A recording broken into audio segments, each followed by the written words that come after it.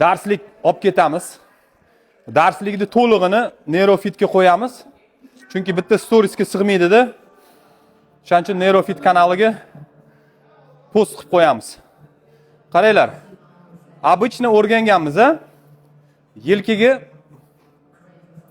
jimini qilganimizda, misol uchun 22 dan boshlasam, mana 22 kilolik gantelda boshlasam, 40 kilogacha chiqaman. Qaysi uslubda? 22 kiloni 15 da, 25 kiloni 12 da, 27, xullas 40 gacha yetib boraman.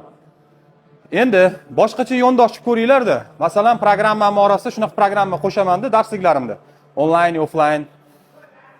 22 kiloni 2 подход 20 tadan qildim-da, 22 kiloni. Endi 40 kiloni уже 8 tadan qilaman. Bu nimani anglatadi, bilasizlarmi? Srazi рабочий vesga o'tib ketish degani.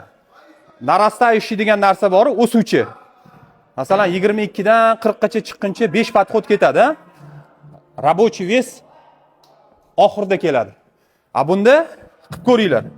Kimdir 22 kilogacha jimda chiqolsa, 10 kiloni 20 tadan 2 подход qilsin-da, 22 ni emas, даже 25 kiloni 8 tadan 2 подход qilsin, подходlar orasida 1 minutdan ko'p dam olmanglar.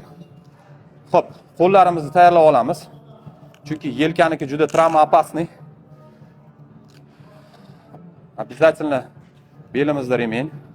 Endi 40 kilo menga рабочий bo'lishiga sabab, uni o'zim ham olaveraman, borib. O'zim ham olaveraman. Keyingisi naushnikni обязательно taqamiz, o'zimga yoqadigan muzika.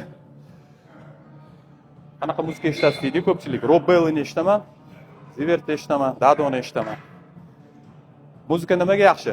Fokusimni bitta joyga yig'ib beradi, chunki mashg'ulot jarayonida chalg'ib qolish kerak emas, balkim kimdir chaqirar. Katta vesda iloji boricha, agar naushnik bo'lmasa, diqqatni jamlab ishlanglar, chunki sal xato ozgina travma berish ehtimoli katta yoki ko'proq travma berish. Xo'p, boshlaymiz. Bismillahirrohmanirrohim.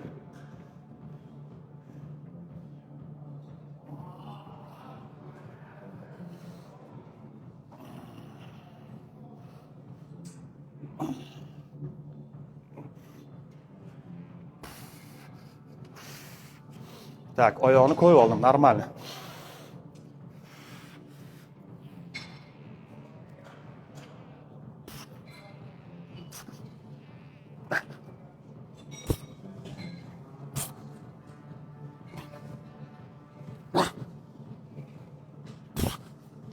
Yetadi.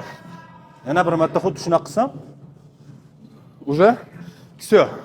Demak, 22 ni 20 tadan 40 ta qildim. 40 ga 8 tadan 2 ta qilaman. 40 ta va 16 ta. 56 ta takrorlash. Keyingi mashqlarni ham xuddi shunaqa ustimda qilib ko'raman. O'zingizlarda sinab ko'ringlar. Oyoqda ham, yelkada ham, grudda ham, qo'lda ham. Absolyutno muskulni aldash protsessi yuz beradi. Ya'ni asl mohiyati o'rtacha yuklama bo'lmaydi. Yengil и сразу рабочий вес. Sinab ko'ringlar, kimdir o'zida yangilik qilmoqchi bo'lsa. Baxtli bo'linglar.